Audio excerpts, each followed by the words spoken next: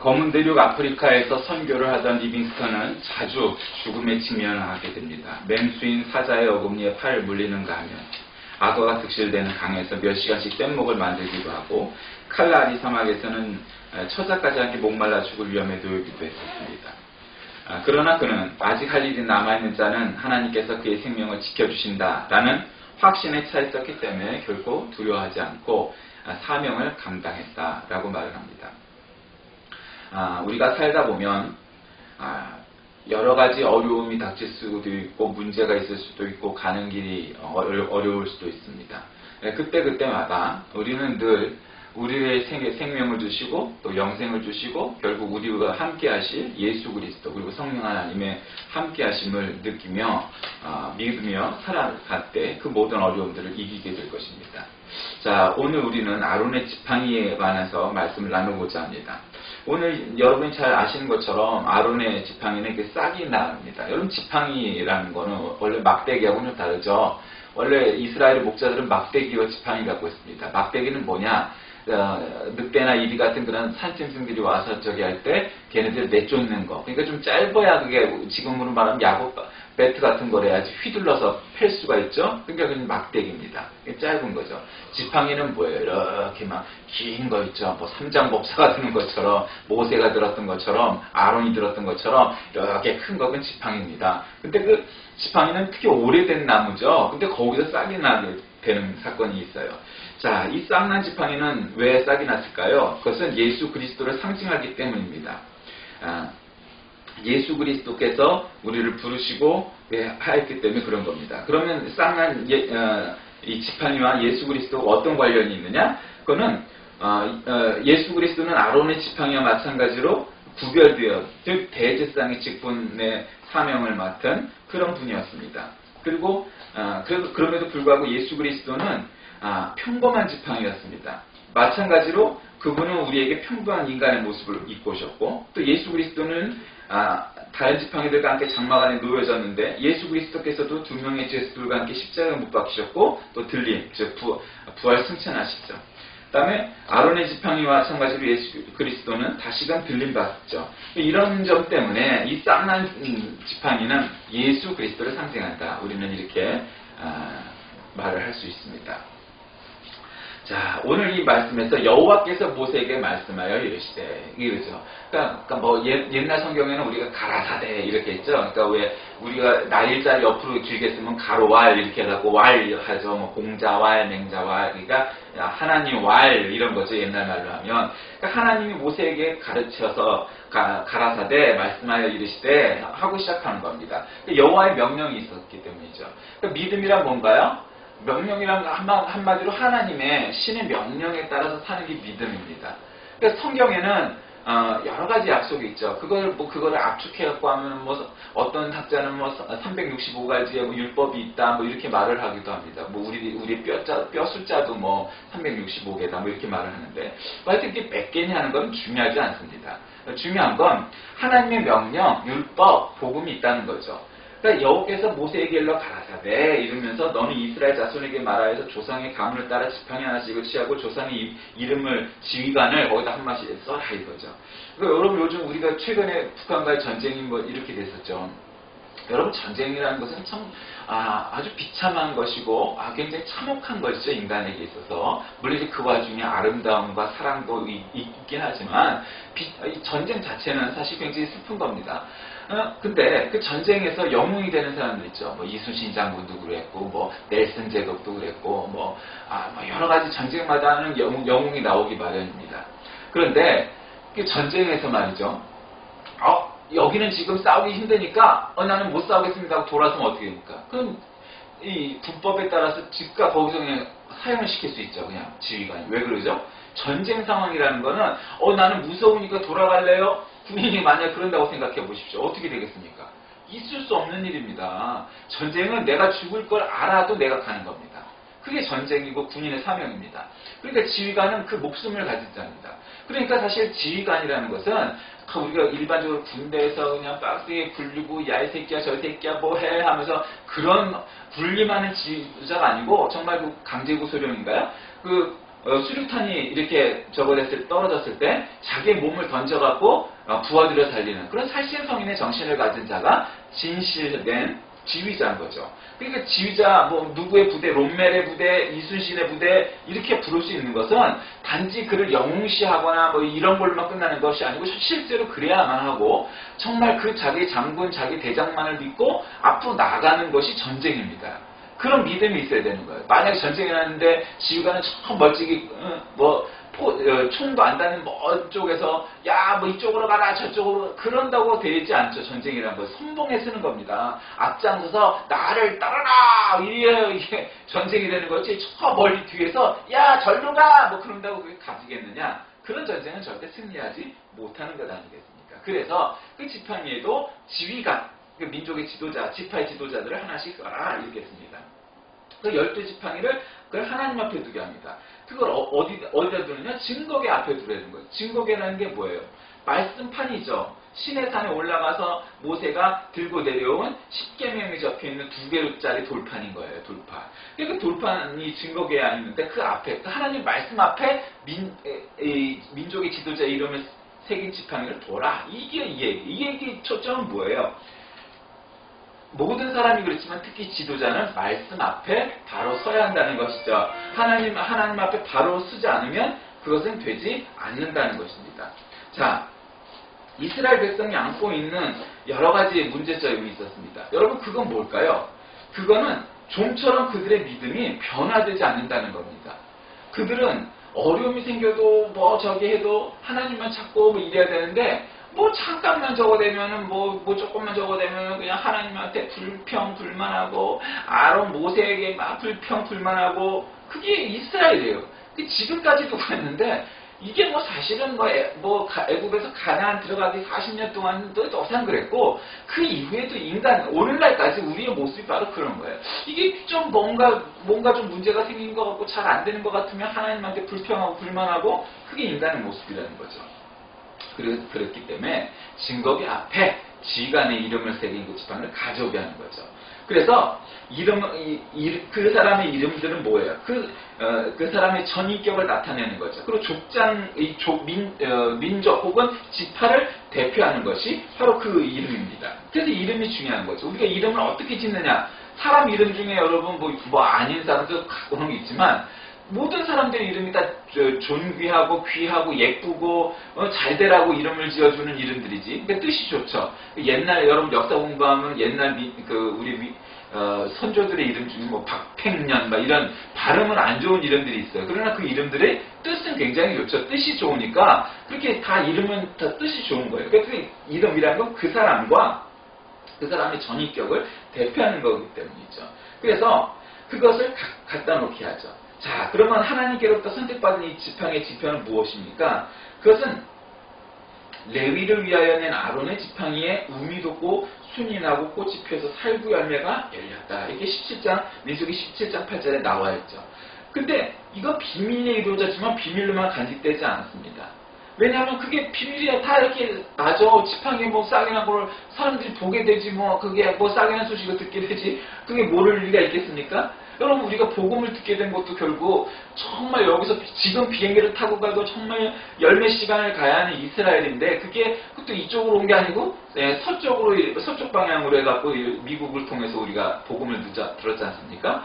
그것도 거의 1900년이 걸려갖고 우리가 복음을 들었단 말이에요. 우리 민족이. 물론 옛날 당나라 신라 시대 때 경교가 들어왔었다.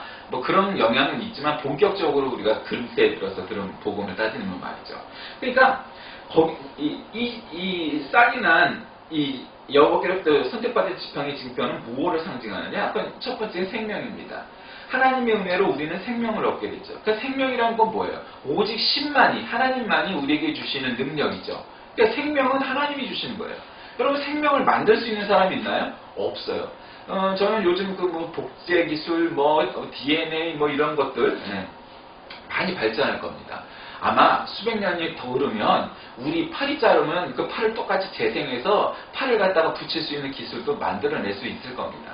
그런데 여러분, 바이센테니얼맨이라는 영화를 혹시 보셨어요? 그러니까 바이센테니얼은 200년을 산 사람이죠. 그러니까 원래 로봇으로 만들어졌는데 로봇이 너무 많이 진화하다 보니까 이게 나중에는 사람하고 똑같이 됐습니다. 음식물도 먹고 똑같이 됐어요.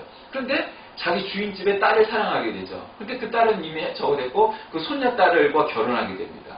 그런데 법정에서 갖고 계속 자기가 인간으로 대접받기를 원합니다. 근데 법정에서는 당신은 DNA가 없다. 그렇게 사람하고 똑같이 생각하고 말한다 해도 당신의 DNA는 인간이 아니기 때문에 인간이 아니다. 그렇게 얘기합니다. 그러다가 결국 나중에 이 사람이 늙어서 이제 거의 죽을 때가 다 돼서 인간으로 인정받게 되죠. 그럼에도 불구하고 그게 그렇게 어려웠었다는 거. 200년을 그 사람이 뭐 살았는데 그게 굉장히 어려웠다는 건 뭐냐면 당신의 생명은 참 생명이 아니라는 거죠. 신으로부터 부여받은 생명이 아니고 사람이 만들어낸 인조의 생명이라는 거죠. 가공된 생명이라는 거죠. 우리가 이런 그런 걸 영화로부터 우리가 보고 있고 SF처럼 보고 있지만 이 다음에 우리의 미래에는 그러한 날이 오지 말라는 법이 없죠. 그런 날이 도달하는 거지. 예전에 우리가 전화기를 들고 다니면서 이렇게 할 거라고 생각하면 웃었습니다. 왜 전화기도 들고 다니면서 한다고 그러지? 근데 지금 아무도 그거를 뭐 저기 하지 않죠. 여러분 100년 전 사람이 TV를 한번 생각해 보세요. TV가 있고 자동차를 생각하면 깜짝 놀랄 겁니다. 그러니까 마찬가지죠. 그럼에도 불구하고 생명은 하나님께로부터 온 겁니다. 또 고목에서 이게 우리말에도 고목에서 꽃이 핀다는 말이 나오죠. 그런 게 되게 굉장히 연로한 할아버지 할머니가 애를 낳다거나 이랬을 때 많이 있어요. 열매를 맺었기 때문이죠. 고목에서는 열매를 맺을 수가 없어요. 왜? 늙었기 때문이죠. 이게 17장 8절에 살구 열매가 열렸더라 이런 말이 나오는데 열매는 생명의 풍요로움의 징표입니다. 그러니까 생명이 있다는 건 뭐예요? 그냥 생명이 있으니까 나 살아있어 하고 가만히 있는 게 아니고 살아있어서 잎도 나고 물도 빨아들이고 영양분도 빨아들여서 결국 꽃도 피고 그리고 결국 그 결과가 뭐예요? 열매를 맺는 거죠. 열매를 맺어야 또 후세를 갖다가 이어지는 거예요. 우리 동물도 마찬가지 아닙니까? 동물들도 다 부모로부터 받은 생명을 자식에게 또 넘겨줍니다. 그러면서 DNA를 넘겨주는 거죠. 예, 그런 것처럼 열매를 맺는 겁니다. 그러니까 여러분 여기서 우리가 알 수 있는 것은 결국 생명이 없어야만 하는 당연히 죽은 나무라고 볼 수밖에 없는 그 지팡이에서 싹이 나기 시작합니다. 여러분 그건 우리에게 주는 의미가 뭡니까? 기적이야. 예, 기적이죠. 근데 기적 자체가 중요한 게 아니고 정말 중요한 것은 생명 없는 지팡이에서 싹이 난 것은 바로 그것을 하나님이 그렇게 하셨고 그것이 의미를 준다는 거예요. 싹이 난 아론의 지팡이를 통해서 말이죠. 오직 예수 그리스도 즉 신적 권위 하나님께 허락하시는 바로 그 라인, 그 은혜 가운데에서만 참 생명이 있다는 거죠. 그러니까 우리는 여기서 뭐를 느낍니까? 아론의 지팡이만 싹이 나고 다른 지팡이에는 그렇지 않았어요. 이건 뭐예요? 신적 권위라고 말씀을 드렸죠. 그러니까 여기서 오늘날 우리에게 주어지는 교훈은 뭡니까? 우리가 부자도 있을 수 있고 학식이 많은 사람도 있고 권력이 많은 사람도 있고 인간관계가 좋은 사람도 있고 예술적 재능이 많은 사람도 얼마든지 있을 수 있습니다. 그런데 말이에요. 오늘날 이제 우리가 자본주의 사회고 이 매스미디어가 발전하니까 대통령이 정말 제일 이 시대를 이끌어가는 것 같고 재벌이 이끌어가는 것 같고 다른 스포츠나 예술이 재능 있는 사람들이 이 시대를 압도하는 것처럼 보이나 그렇지 않다는 거죠.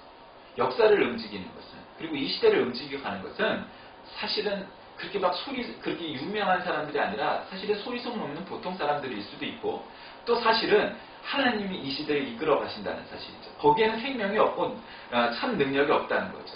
그런 재벌이나 권력이나 이런 능력이나 이런 것들은 생명이 없는 겁니다. 왜? 그 사람들이 죽어버리면 끝나는 겁니다. 그것이 영원하지 않다는 거예요. 생명력이 없다는 것은 영원하지 않다는 거예요. 우리가 죽어도 우리가 죽은 게 아닌 건 뭐예요? 우리 후손이 우리를 대신해서 살아가는데 그냥 나의 능력, 나의 DNA, 나의 재산, 나의 권력 이런 것만 만약에 이어받았다면 사실은 그거 별 볼 일 없는 거죠. 여러분 권력이 얼마나 무상한 건지 또 재물이라는 것이 얼마나 또 덧없는 것인지 역사를 통해서 보면 우리가 그것을 많이 보지 않습니까? 그러니까 누구도 뺏어가지 못하고 영원한 것은 믿음, 그것만이 생명력이 있는 거죠. 그러니까 아론의 지팡이에서만 싹이 나고 꽃이 피고 열매 맺게 한다는 것은 바로 오로지 믿음만이 그것이 참된 하나님의 생명력이 있는 것이고 그것이 가장 소중한 것이고 그것이 정말 진정으로 참된 것이라는 거죠.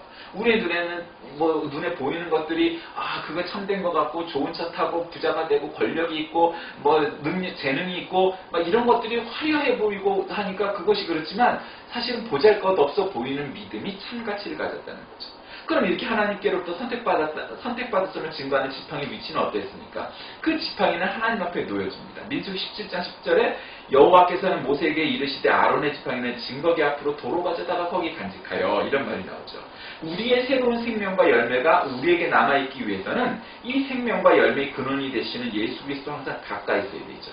요한복음 15장에도 보면 포도나무 비유를 말씀하시면서 내 안에 거하라 나도 너희 안에 거하리라. 가지가 포도나무에 붙어있지 않냐면 절로 과실을 맺을 수 없음 같이 너희도 내 안에 있지 않냐면 그러하리라 말씀하셨죠.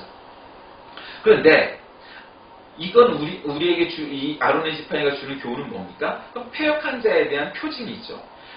아론의 지팡이가 아닌 곳에는 생명이 없다는 거예요. 죽었다 이 말이에요. 죽었다. 여러분 죽었다. 너 죽었어 하면 기뻐 행복해 그럴 사람이 어디 계세요? 죽음이라는 것은 그냥 끝이에요. 없을무 빌공 불교의 세계처럼 허공무 이런 거죠. 그 죽음은 끝이에요. 근데 우리의 육신이 죽었어도 우리 영혼이 하늘나라 하나님 앞에 가는 거죠. 그러니까 우리는 영생이 있기 때문에 죽음이 공 이런 것들이 아니에요.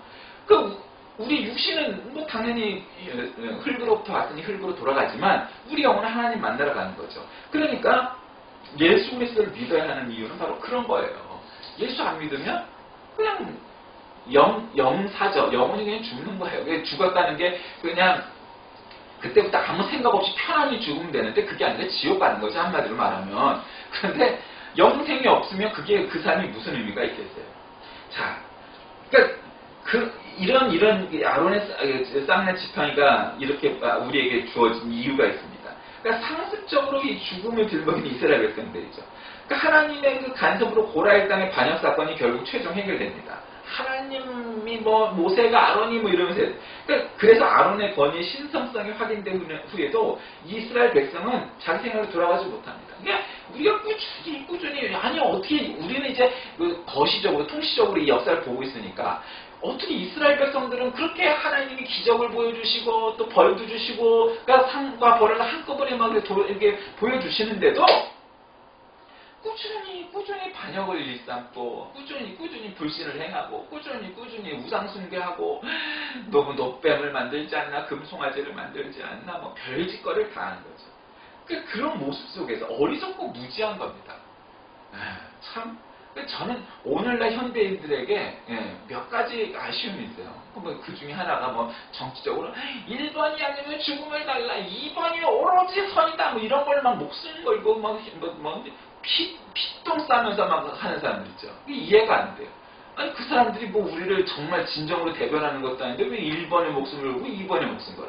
바보들이 뽑아놓으니까 국회의원들이 얼마나 엉청하겠어요. 그러니까 맨날 그 짓거리하고 사는 거예요. 맨날 싸우는 거예요. 국민을 위해서는 하는 일은 10분질 100분질밖에 안 되면서 맨날 당권 투쟁 비노 친노 친박 비박 맨날 이스라엘들 하는 거예요. 옛날 같으면 왕이 있었으면 하나님이 정말 앞에 서면 어떻게 하실까요? 다 모가지 잘라버려야 되는 거죠. 왜? 자기들 영익을 위해서만 살지 국민을 위해서 살지 않으니까요. 근데 그 1번 아니면 막 목숨 걸고 2번 아니면 정의가 아니고 이게 바보들이죠 다. 또 하나 현대인들의 가장 큰 문제점은 내가 다 아는 거야. 내가 박사학위를 받았으니까 이야, 나는 최고의 학위를 갖고 있는 거야. 내가 좀 돈을 갖고 있으니까 한 100억, 200억 있으니까 나 돈 버는 건 나만큼 어떤 재벌 부자는요 하루에 앉아서 몇 천억, 몇 조씩을 벌어들이는 사람들이 있어요. 주식만 상장돼도. 그러니까 자기 위에 누가 있는지를 못 보는 거예요. 자기 아래에 누가 있는지 못 보는 거예요. 인간은 누구 위에 누가 있고 아래에 있는 건 아니지만 그래도 그렇게 따져서는 위에 누가 있는지 아래에 있는지는 알아야 되는데 그것도 구분을 못해서는 안 된다는 거예요. 또 왜 오늘날 정보가 있는 시대에 그걸 모르냐? 그게 어리석음이다. 또 하나의 어리석음. 현대인들의 어리석음은 뭐냐면 영적 가치가 얼마나, 그러니까 눈에 보이지 않는 비가시적인 것이 얼마나 소중한 거를 잃어버려요. 제가 가만히 생각해 봤어요. 여러분, 21세기에 살고 있는 우리들이 전세기 혹은 그 전전세기에 사는 사람들보다 물질적으로 또 의학적으로 과학적으로 이런 혜택을 얼마나 많이 봅니까? 정말 편안히 인생을 사는 거죠. 여러분, 옛날 같았으면 저는 아마 원시시대 살았어 봐요. 눈이 나쁘니까 사냥도 잘 못하고 그래서 막 바보 취급, 병신 취급 이렇게 받았을 거예요. 눈이 나쁘니까. 어떻게 사냥을 했겠어요? 화살을 쏜들 그 화살이 맞았겠어요? 창을 던지들 맞았겠어요? 그러면 사람 취급을 못 받았겠죠. 근데 지금은 안경 써서 그건 아무 문제가 안 돼요. 다리가 불편하신 분들. 지금은 휠체어도 전동 휠체어가 있고 또 자동차 타고 갈 수 있으니까 얼마든지 극복할 수 있어요. 지금 시대는 그래요. 스티븐 호킹 박사 같은 사람은 아주 그냥 중복장애가 여러 가지로 많이 왔죠. 그러나 그의 두뇌는, 그의 정신은 똑똑한 사람이었기 때문에 그런 지금 과학적인 장비를 이용해서 세계 최고의 과학자로 불리는 사람이 되지 않았습니까? 그러니까 그걸만 봐도 오늘날 현대는 많이 그런 것들을 극복했어요. 그러면 우리가 도대체 전에 살았던 우리의 선조들에 비해서 뭐가 부족하냐? 그것은 영적인 것, 정신적인 가치 이런 것들에 대해서 놓치고 살아가는 거예요. 그걸 얼마나 사람들이 생각하느냐 이것과 관계없이 우리는 소중히 생각하고 그것을 추구해야 되는 거예요. 정신적 가치. 여러분, 우리 민족이 정신적인 가치를 잃어버린다면 도대체 물리적인 이런 가치들만을 우리가 생각한다면 그것이 무슨 얼마나 큰 가치가 있겠어요. 그거는 그렇게 중요한 게 아니에요. 가시적인 것, 비가시적인 것, 정신적인 것 이런 것을 잡고 있어야 되는 거죠. 우리가 1950년 6.25 전쟁이 일어났을 때 그 전쟁이 끝나면 우리가 가지고 있는 재산은 정말 보잘것없었어요. 땅값 빼고 아마 동산만 얘기해서는 이 전국에 있는 재산을 다 합하면 지금 몇 분의 1이 되겠어요. 아마 비교도 안 될 거예요. 그러나 그런 것은 이렇게 몇십 년 만에도 금세 적어낼 수 있어요. 회복할 수가 있어요. 그런데 정신적인 가치는요, 그런 게 아니에요. 우리 선조들의 정신적인 가치. 얼마 전에 뉴스를 봤어요. 성균관대학교 한 단과대 학생에서 폴포치에게 편지를 썼대요. 오늘날 우리 한국의 젊은이들이 희망을 많이 잃고 살아간다. 그러니 우리에게 좀 와서 좋은 말씀을 좀 전해주시면 얼마나 좋겠느냐. 근데 우리는 학생들이고 이러니까 당신을 초청하고 또 이 페이를 지급할 수 있는 그런 능력이 없다.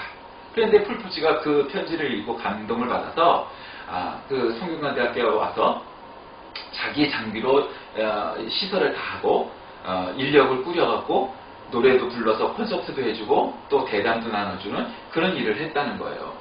근데 그것을 추진했던 단과대 학생회장이 자기는 폴포치가 정말 올지 꿈에도 생각을 못했는데 와줬다라는 거죠. 그러면서 그를 통해서 그런 감동을 받았다 이런 얘기를 하는 걸 봤습니다. 여러분, 물질적인 것에 앞서 비물질적인 것, 정신적인 것, 무엇보다도 영적인 것의 가치는 바로 거기에 있습니다. 우리가 영적인 것을 우선 그것이 눈에 보이지 않는다고 해서 소중히 여기지 않고 중시하지 않고 눈에 보이는 것들만 자꾸 생각하다 보면 결국 물질주의, 자본주의, 공산주의, 황금만능주의, 이기주의 결국 그런 쪽으로 빠질 수밖에 없는 거죠. 사람은 누구나. 우리가 영적인 것을 생각할 때 그 반대의 길로 갈 수가 있는 것이죠. 말씀을 정리합니다. 진정한 권위란 건 뭡니까? 난 높아, 난 잘났어 이렇게 해서 권위가 세워지는 것이 아니고 참된 권위는 하나님으로부터 오는 것이고 하나님만이 주시는 겁니다. 그래서 카리스마, 하나님 주신 선물이라고 말하지 않습니까? 하나님의 뜻을 무시하고 스스로 권위를 주장하는 것은 결국 하나님께 대한 불신앙이고 도전이 됩니다. 부드러움 속에 예를 들면 늘 하나님의 일을 감당하였던 선교사들, 모세 같은 사람, 바울 같은 사람이 그랬고요. 오늘날에도 정말 세계 곳곳에서 선교를 하고 목회를 하고 또 평신도지만 늘 주의 영광을 봉사하는 그런 분들이 진정한 권위가 있는 사람들입니다. 아론의 쌍난 지팡이. 우리는 거기서 다시금 고목과 같은 믿음, 그곳에서도 싹이 났던 것처럼 고목과 같은 이 믿음에도 싹이 나게 하시고 꽃이 피게 하시고 열매 맺게 하여 주옵소서. 이렇게 기도하여서 정말 고목과 같은 믿음에도 열매 맺는 저와 여러분이 다 되시길 주의 이름으로 간절히 기도합니다. 하나님 아버지 감사합니다. 오늘 거룩한 날 아론의 쌍난 지팡이를 통해서 참 하나님은 꾸준히 무던히도 이스라엘 백성을 권면하시고 그들이 무엇을 잘못했는지 가르치시길 원하지만 그들은 몰랐습니다.